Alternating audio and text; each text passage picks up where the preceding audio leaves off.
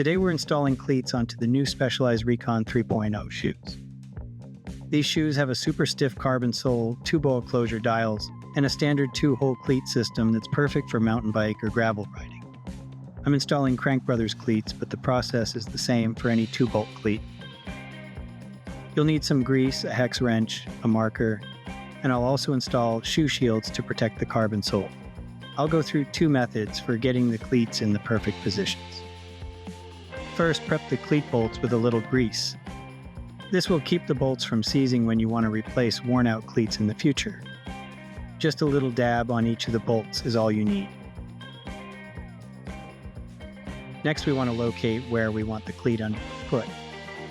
This is personal preference, but there's a lot of info that says that the optimal position is between the big and little toe joints. Find those joints, split the difference, and remember that spot.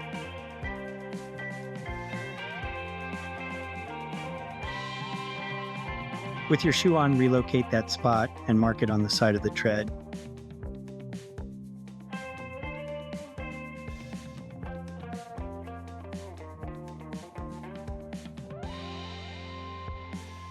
I'll make it a little more obvious. Next, install the shoe shields or shims and cleats to the shoe, but don't tighten them down yet. This is an older set of Crankbrothers cleats where one is marked with a dot. For a standard, easier release angle, that cleat should go on the right shoe. Their cleats might be marked left and right now, so check the instructions. Snug them up, but keep them easy to move. Go back to the line you made on the side of the tread and draw an imaginary line across the bottom of the shoe. This is the fore-aft line to center the cleat on. This line should intersect through the cleat. Again, you might have personal preferences to your cleat position, so this is just a guide.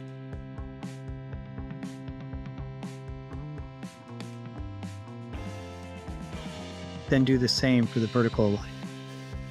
This takes a bit of practice because the cleat is a funky shape.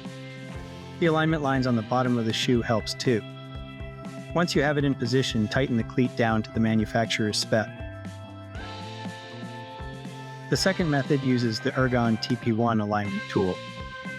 This device has a bunch of grid and alignment lines and a cutout that matches the shape of the cleat. It's available for 6 of the common cleat types. It really allows you to get a very precise placement. I'm going to go back to my line and make it a little more obvious so that we can line it up with the lines on the tool. Pop the shoe and cleat into the template and line up the horizontal line on the gauge that runs through the cleat shape with the mark I made on the shoe. That sets the fore and aft position. Super easy.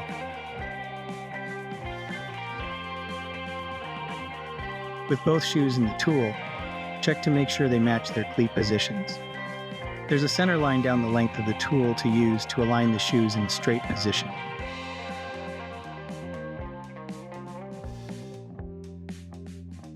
Then, one shoe at a time, flip the whole tool upside down and tighten the bolts.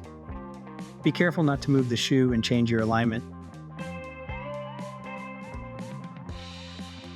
Tighten each bolt slowly, one at a time. Tighten the bolts down to spec and repeat for both shoes, and when you're done, your cleats are in perfect position and ready to roll.